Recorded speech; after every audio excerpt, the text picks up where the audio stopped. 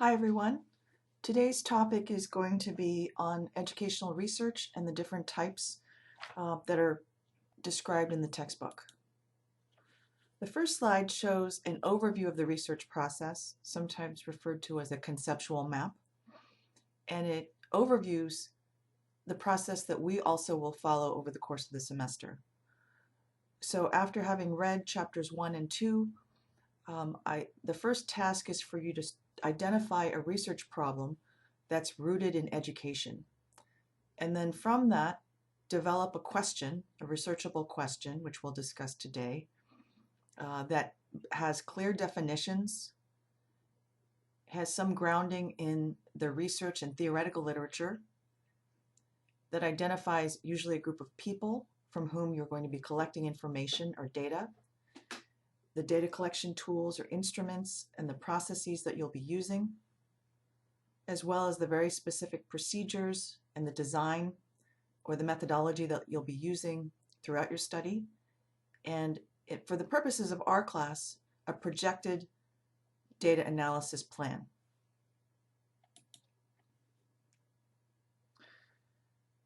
So typically when I lecture, I don't necessarily cover every single slide. I focus on those that I think are particularly important. So the next couple of slides are the narrative or the written out version of what I just described visually. Let's start by defining some key terms. Research is the formal, systematic application of scholarship and disciplined inquiry to the study of problems. So for the purposes of our class, we're going to be focusing on applied research that's rooted in practitioner-based problems in education. So rather than ask a question such as how do we narrow the achievement gap, which is a very broad question, which many education scholars and policymakers are trying to address, I would like you to try to identify problems that perhaps you have encountered in your practice, or that you think about in terms of what you work on day to day. So I know some of you are not necessarily in education as far as work, so you can identify perhaps problems that have been introduced to you through coursework or your experiential understanding. Again, problems that are rooted in practice.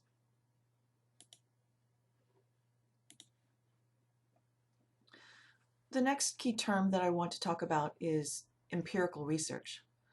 As you know, empirical means observable in a first-hand way that's rooted in the physical rather than the metaphysical. So for our class, the empirical research requires collection of information or data from a sample or a group of people normally. So I like to include questions in my lectures, and this is something that I would like you to think about rather than to post on iLearn in a discussion board. Given my definition of empirical research, do you think a literature review is an example of empirical research? A literature review is basically an assessment of a body or bodies of research that bear on a particular question. So a literature review usually involves identifying, summarizing, evaluating, and synthesizing other people's research ideas or theoretical ideas. So is a literature review an example of empirical research? Could you propose a literature review for our particular class?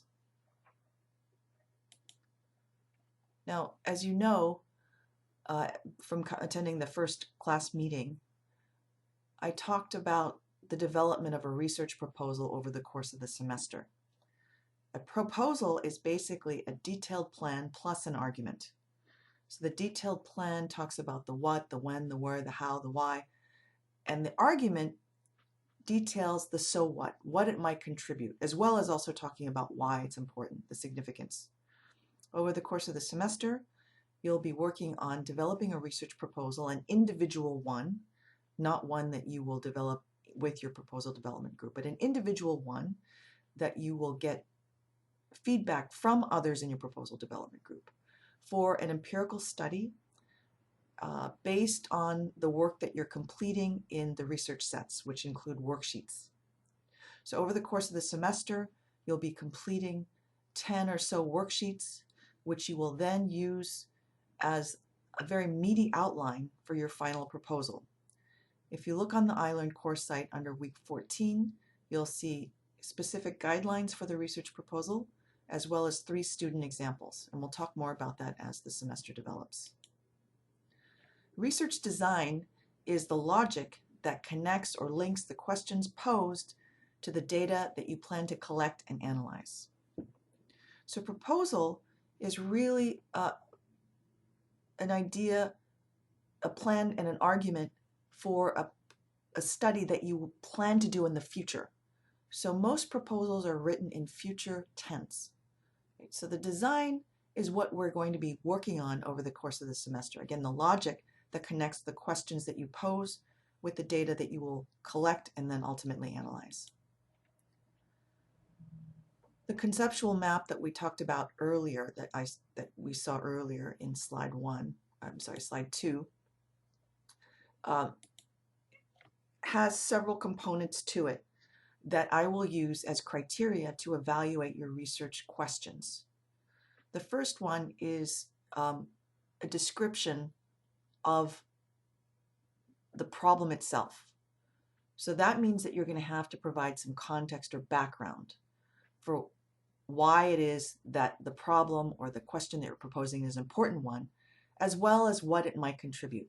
So significance is an important criterion that I'll be using to evaluate your study or proposed study, and that's going to be very subjective. Another important area or criterion that I will be used to evaluating your research problem or research question deals with clarity, and that gets at identifying key terms in your statement or in your question and providing operational definitions. Another important area deals with ethicality, primarily the maintenance of privacy and confidentiality with the people in your study. The fourth criterion that I'm going to be evaluating your studies on includes feasibility. So your detailed plan and argument should be feasible in terms of your being able to complete the study within 1, no more than 2 semesters. So usually at this stage, graduate students tend to identify problems or questions that are very large in scope. That may require a large research team, understanding of advanced concepts in research, access to a research budget, hardware and software to support the research, and experts as well. So clearly that type of study could not be completed within a semester by a novice researcher. So I'm going to be giving you detailed feedback on that through your worksheets in terms of feasibility, ethicality, significance, and clarity.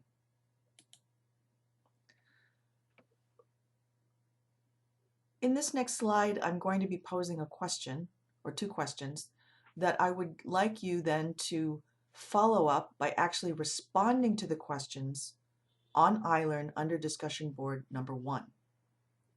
So the questions are embedded in this course stream video, and you may elect to just pause the video or refer back to it at some point. The questions are also posted on the iLearn discussion boards. So the questions that I have deal with what we just talked about in terms of the criteria that I'll be using to evaluate your questions in terms of them being researchable.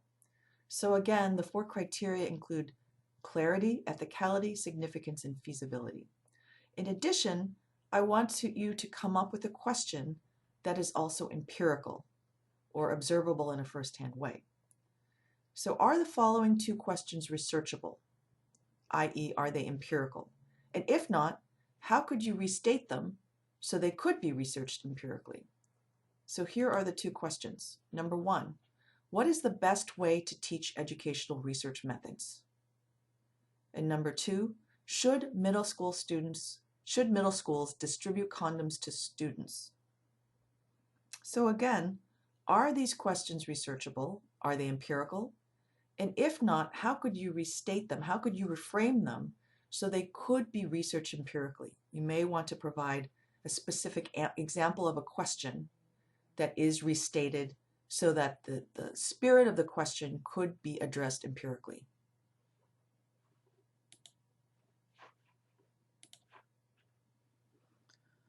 Okay, now that you've completed the discussion board responses, I would like to introduce a fifth factor or a fifth criterion that I'm going to be using to evaluate your research questions. So again, initially, I'd like you to try to identify a problem rooted in education, which you then will start to craft into a researchable question. In doing so, I want to make sure that the question is feasible, that it's clear, that it's ethical and significant. In addition, I also want you to try to dig a little bit deeper and try to examine or explore a relationship in your question so that it's not purely descriptive. So here's an example of a purely descriptive question. What ice cream flavors do preschoolers prefer?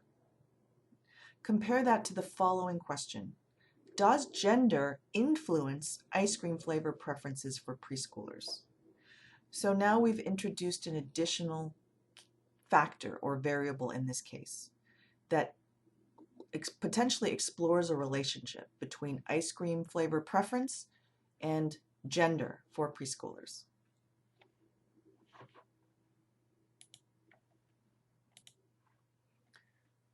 Now I'd like to review the three categories that were mentioned in the textbook in terms of general research types: descriptive, associational, or intervention.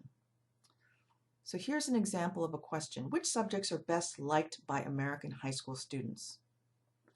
That is an example of a descriptive research question because you're simply going to be collecting information and describing what are the most liked subjects of American high school students. The next question, does a nutrition-based science curriculum lead to healthier eating habits for middle school students? Suggests an intervention approach to research, looking at cause and effect. What are the effects of this nutrition-based science curriculum on eating habits, on behavioral habits for middle school students?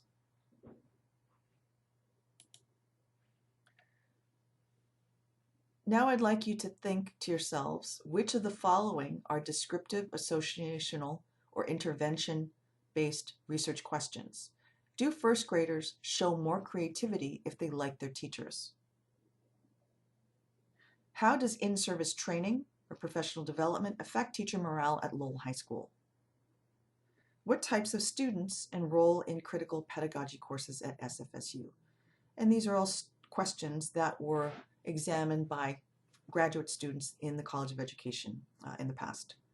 So the first question is an associational one. It looks at the potential relationship between creativity and like of teacher for first grade students. So there are two sets of data that are being collected for one group of students. The second one is an example of an intervention-based research question. How does in-service training affect teacher morale at Lowell High School? So it implies that there was some sort of professional development program, and then after the training, teachers were evaluated for their morale level at this particular high school. The presumption being, the underlying hypothesis being that in-service training in this area could improve teacher morale, implying that there was potentially a problem of low morale at this high school. Finally, what types of students enroll in critical pedagogy courses at SFSU? So similar to the question about ice cream flavor preference and for preschoolers, this is an example of a purely descriptive research question. So how could you further that by adding another element to that question to make it more relational? What other factor or variable could you add to the third question to move it more towards an associational or intervention type question. So in addition to thinking about research in those different categories, descriptive, associational, and intervention, and moving you more towards one that explores a relationship, I also want to talk about the two major paradigms in educational research, quantitative and qualitative. So as you know, having done the reading, very briefly, that quantitative research deals mostly with numbers.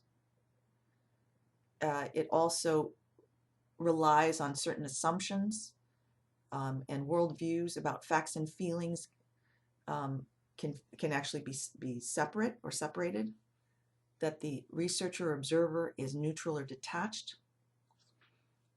and the thinking that goes along with quantitative research tends to be more deductive. It's aimed at coming up with sort of general ideas.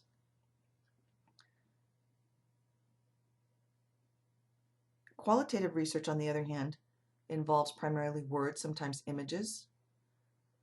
The theoretical framework implies that the world is often made up of multiple realities. The researcher is usually typically immersed in the group of people or the phenomenon in which he or she is studying. And the type of logic involved tends to be inductive, where you're reasoning from more of a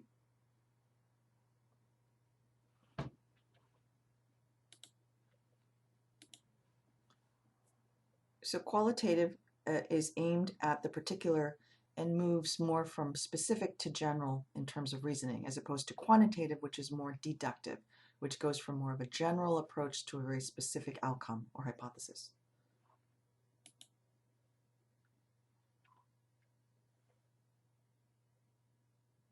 The 8 or so research types that you read about for today include, on the one side, under quantitative, experimental, correlational, causal comparative, and survey. And these are major research types. Again, those are considered primarily quantitative. Qualitative research types include ethnography, case study, which can also be mixed, and action or teacher research and program evaluation, which are also mostly qualitative but can also be mixed. Now, mixed methods is the emerging third paradigm for social science research, and it involves integrating both quantitative and qualitative research data across the 3 stages of research, which includes problem formulation, data collection, as well as data analysis. So mixed methods is the emerging third paradigm that follows quantitative and qualitative research methods.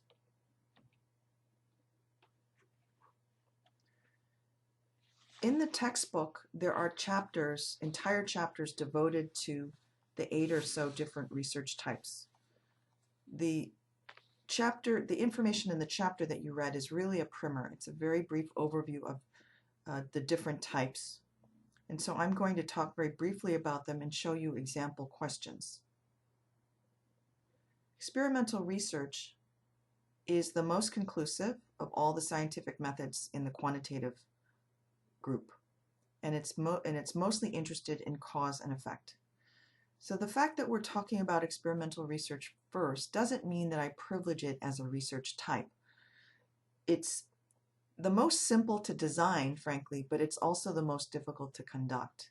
And I think much of the language that we're using throughout the course comes from experimental research. So just because we're talking about experimental research design first doesn't mean that I'm encouraging you to use it, or I think that it's better than or more significant than the other research types. In experimental research, usually there are 2 groups that experience that experience a different type of intervention or treatment, and the variables that can be used to discuss this relationship involve the independent in terms of what is being tested, as well as the dependent variable, which is what is the outcome, the presumed outcome. And this will be discussed in greater detail as we talk more about experimental research. But the researcher has the ultimate control in the study, and the purpose of experimental research, again, is to show or to demonstrate cause and effect. Another type of experimental research that's covered in the textbook includes single subject, which involves intensive study of a single individual or a group over time. In this slide, we'll see an example of experimental research where the independent variable is the method of instruction. So if you look along the x-axis, you'll see two bars. The lower bar indicates lecture and the second discussion. On the y-axis, we've plotted the test score. So let's say that this slide represents a study where I have compared two ways of teaching educational research methods. My one section receives lecture only, and the other section receives discussion or student-based approaches to learning. At the end of the semester, I administer a test, an objective 100-point test, and at the end, the discussion group section outperforms or outscores the lecture group significantly. So let's say the test scores range from 0 to 100. The average for the discussion group was 85, and that for the lecture group was 60. Can we then conclude, based on this one experiment, that discussion is a better method of instruction than lecture? What do you think? Here are some examples of experimental research questions. What are the effects of a school-based physical fitness and nutrition program on student achievement? Does a hybrid reading curriculum, whole language and phonics instruction together, lead to better student outcomes than a phonics curriculum? Does a discussion-centered instructional approach increase student learning compared to a lecture-based approach? So there are different methods that are being used, but the ultimate goal is to show cause and effect based on an intervention that has been introduced. The next research type is correlational research. Correlational research examines a relationship between or among two or more variables. The purpose of correlational research is to help make predictions, and the approach does not require manipulation or intervention as an experimental study. It only requires perhaps the use of an instrument or data collection tool, such as a survey, to collect quantitative data. So on the next slide,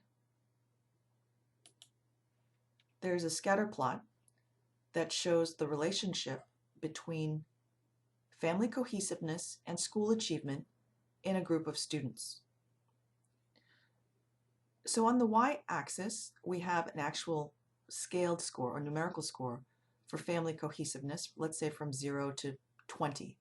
Likewise, on the y-axis, we have plotted achievement, which can also be quantified on the same scale from 0 to 20.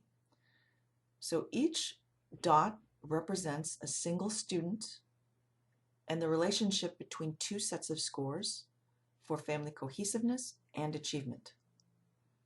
So this relationship can be seen as a positive correlation.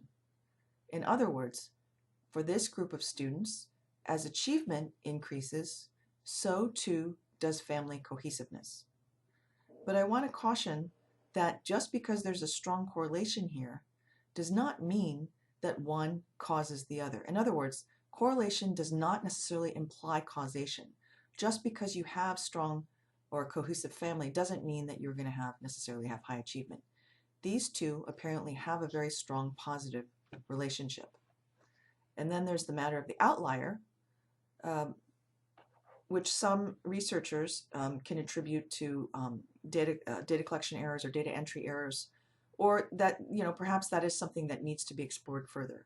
But in general, the outlier here is probably not going to be considered in the final analysis of the data. So as I mentioned, the relationship between achievement and family cohesiveness in this slide most closely replicates one of these two. In other words, the regression line or the directionality of the scatter plot is similar to one of these two in terms of emanating about a 45-degree angle from the origin. So these on this column, in the left column, indicate a positive relationship. As one variable increases, so too does the other one. In this next column, we see examples of a negative relationship. So in general, in educational research, a 0.35 or 0.65 is a very strong relationship. Rarely, if ever, do you see a 0.90 positive relationship or negative. So typically, a 0.35 to 0.65 signals a very strong relationship in the data. A negative relationship indicates that as one variable increases, the other one decreases. Can you think of an example of a relationship that would yield a negative coefficient in terms of a correlational research question? So here are examples of correlational research questions. Is there a relationship between students' level of social skills and successful transition into mainstream classes? What is the relationship between body image and self-esteem among college women? Is there a relationship between graduate school enrollment and the state of the economy? So in these questions, the variables must be quantitative, since correlational research is a quantitative research type that requires usually two sets or more of quantitative information or data, typically about one group of people. So if you were to look at the second question, for all the women in our class, I could ask them to rate themselves on body image and self-esteem, and then look at that relationship, for example.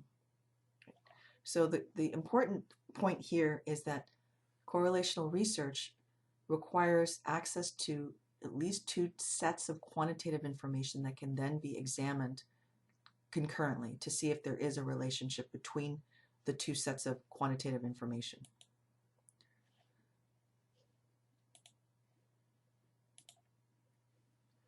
Causal comparative research is research used to determine the causes for or the consequences of differences between groups of people. It's also referred to as ex post facto research, which in Latin means after the fact. Interpretations are usually limited because the investigator can't say conclusively whether a particular factor is the cause for or result of a behavior. And differences may occur, but the investigator or the researcher will not be able to say for sure what caused the difference. Now, while many students are drawn to the term or the label causal comparative research because it sounds really great, it sounds as if you can get at causality and do a comparison, it's actually very difficult to pull off. Usually, causal comparative research requires access to data or records that have been obtained from another researcher or another group. So that really diminishes the amount of control in terms of making sure that the data are of high quality. So causal comparative research, again, requires that you identify groups of people rather than assigning them to be in different conditions or groups. They have already exhibited or they are already in different groups, not because of anything that you have done, but because of just because of the nature or the characteristics that you are examining. So there's a lot less control in causal comparative research, and overall it tends not to be as feasible as other types of research that you could propose for this class. Here are examples of causal comparative research. Are the reasons Native American Indian students give for dropping out of high school different than those given by non-Native American Indian students? Do children who viewed violent media at a very early age tend to be more aggressive as teenagers than those who did not view it? Do women who had positive relationships with their fathers while growing up report higher career satisfaction? So in the first example, you can't assign students to be Native American Indians, they already are. And getting access to dropout data would be very difficult, if not challenging. Sometimes you would have to rely on school exit interview data or counselor information records, which again, you may not have easy access to. So one of the most important aspects of educational research that must be considered is ability to gain access to the site, to the group of people, to records, to information. So that's why I'm encouraging you to try to identify a problem that's based in your own practice, because most of you, if you have access to that information, will be able to propose a study that could be feasible. Survey research is the last example of quantitative research in the slides, and it requires getting a lot of information from a lot of people. Usually the purpose is to identify attitudes or characteristics of a particular group. Now, for the purposes of our class, I'm operationally defining a lot of people as 100. So if you're proposing a survey research study, then you have to receive back at least 100 surveys or questionnaires.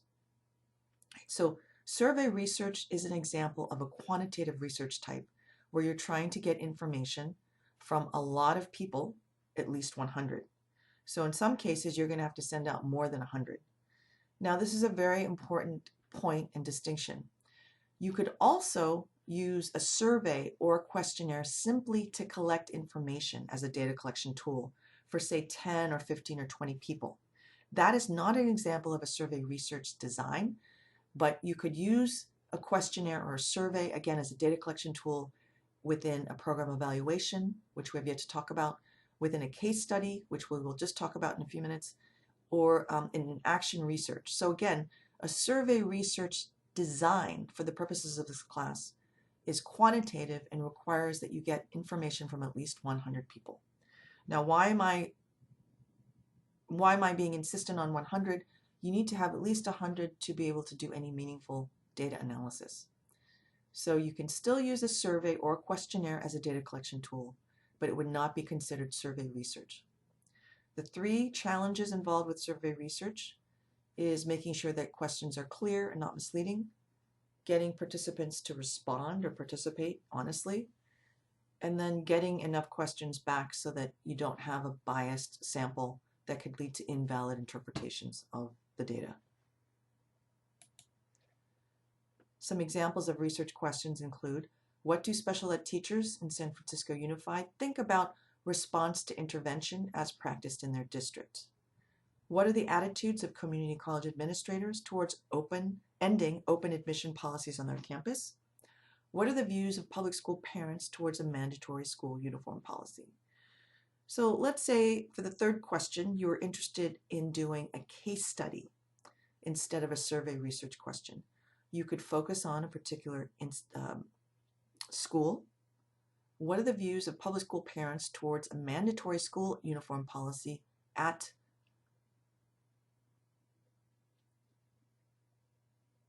Roses in Concrete Academy in Oakland? Right? So at that particular school, you could survey parents about their attitudes towards the mandatory school uniform policy. You don't have to have 100, but maybe 20 to 30 parents. Right?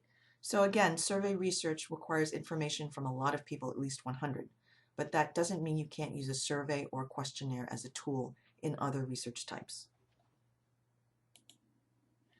Ethnographic research is the first type of qualitative research that we'll talk about, that we will talk about, and it really involves documenting or portraying the everyday experiences of individuals, usually by observing and interviewing them.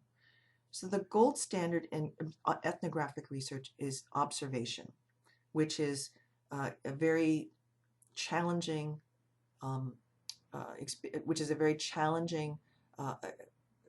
process that requires a lot of training and discipline. The idea is that as an ethnographer, you spend so much time with your participants that you're able to get sort of the insider view, because there's a lot of trust and rapport that you've established. So let's say that you're planning to visit a school once a week for 5 weeks. I would not consider that an ethnographic research study, because not enough time has been spent to really enable the researcher to become an insider. So that type of research might be a case study, or it might be an action research, but ethnographic research is really very in-depth and usually includes narrative descriptions, interviews, sometimes audio tape analysis, video analysis, and other types as well. So ethnographic research is a very specific type of qualitative research design rooted in anthropology, cultural anthropology in particular, and requires a great deal of time initially spent gaining rapport, access, trust with participants. Examples of ethnographic research questions include: how do students with physical disabilities typically perceive themselves in comparison to their able-bodied peers in terms of academic productivity? Why are students of color not entering the teaching profession? How do professional learning communities affect the pedagogy of CCSF English instructors?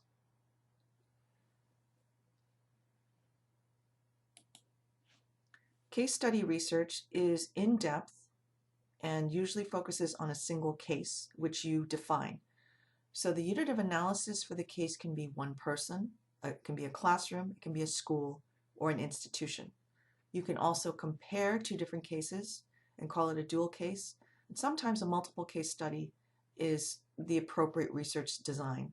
But for the purposes of this class, a multiple case study may not be feasible.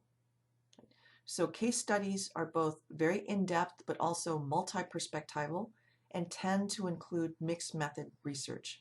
So the collection of both quantitative and qualitative data. Examples of case study research questions include: how are teachers implementing an arts-based curriculum at East Bay Charter School? So the unit of analysis is teachers at East Bay Charter. Why do students at St. Mary's College not enroll in online learning courses? So the problem is reflected in the question, and the unit of analysis would be students at St. Mary's College. And lastly, how has Proposition 209 affected minority enrollment at UC Berkeley?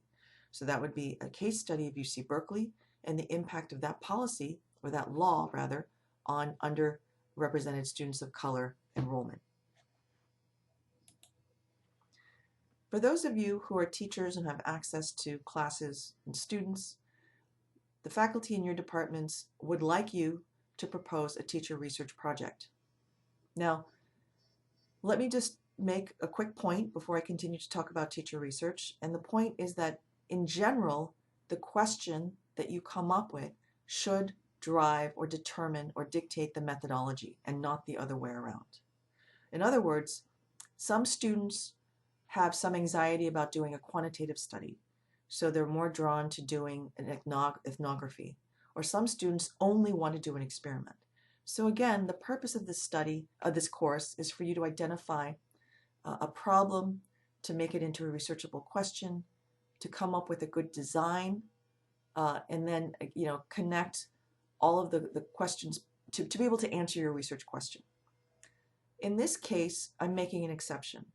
Here, for students who have access to classes and students, I would like you to propose a teacher research study. Now, teacher research, also called action or teacher action research, differs from other methods in two key ways. One, generalizations to other people, setting, or situations is of less importance. Right? It doesn't mean that it's not important. It just has less importance. So researchers are more interested in getting information that will enable them to change conditions in a particular situation or to fix a problem in practice. Other forms of teacher research include self-study to improve practice in teacher research. Some cases, subjects become active members of the research process by collecting data, etc. So students can be involved, other teachers, etc., or parents even. Examples of action or teacher research questions. Will physically and verbally aggressive students solve conflicts in a constructive manner if provided pro-social alternative solutions? Do relaxation exercises reduce off-task behavior for students with learning challenges? How do math journals affect student learning in a fifth grade classroom? So some of these questions imply that there's an intervention that perhaps the teacher will introduce. So there is an element of cause and effect that the teacher is going to examine because there's a problem in practice. In the first case, there's conflicts. In the second, off-task behavior. And the third, student learning in terms of math. So here are problems that the teachers want to try to address by doing a study that may address or solve the problem. And that can include different research types. It can include doing surveys, it can include observing students, it can also involve an intervention or a mini experiment. Program evaluations are also mixed method along with teacher research and case study research. And there are two big categories of program evaluations. One is formative, where the product or program that's being evaluated receives feedback and in midstream so that the program can improve before it concludes. And then a formative assessment at the end called a summative program evaluation. Usually the purpose of program evaluations is to provide feedback to the program administrators to try to see if the program is working, and at the end to determine if the program has worked. So it's important to identify program objectives. There's limited generalizability, which was also the case with teacher research, and there are also other factors that can be problematic in terms of generalization. We'll talk about internal validity threats in the coming weeks. The program evaluation can also include a product evaluation, for example, the evaluation of a website, the evaluation of some sort of handbook, and this would require sort of individual tweaking, but I would also accept that as well. There are other types of research designs or types that were included in the readings that I would like you to avoid, and that includes historical research and content analysis. Both of those tend to be less empirically based in terms of being a little bit more unobtrusive for the reasons that are stated in the textbook. So the ones that I've presented in the slides, I would like you to use as possible choices for research types to address your question. So the examples of program evaluations are CSU doctoral EDD programs producing transformational leaders. And that was one of the missions or objectives of the EDD doctoral programs. What are the effects of the EMRIS mentoring program on SFSU faculty productivity and career satisfaction? How has Chabot Elementary Saturday School program affected student achievement? Now, the last slide that I have is the final set of questions or question for discussion board 2. So I'd like you to take a look at these questions and then post your responses on discussion board 2. So below, there are 3 examples of research questions. How would you rank them, 1 being high and 3 being low, for clarity and for significance? And then I would like you to state why. A, how many students in the sophomore class signed up for a course in driver training this semester? Why do so many students in the district say they dislike English? Is inquiry or lecture method more effective in teaching social studies? These questions are listed in discussion board 2 along with the instructions.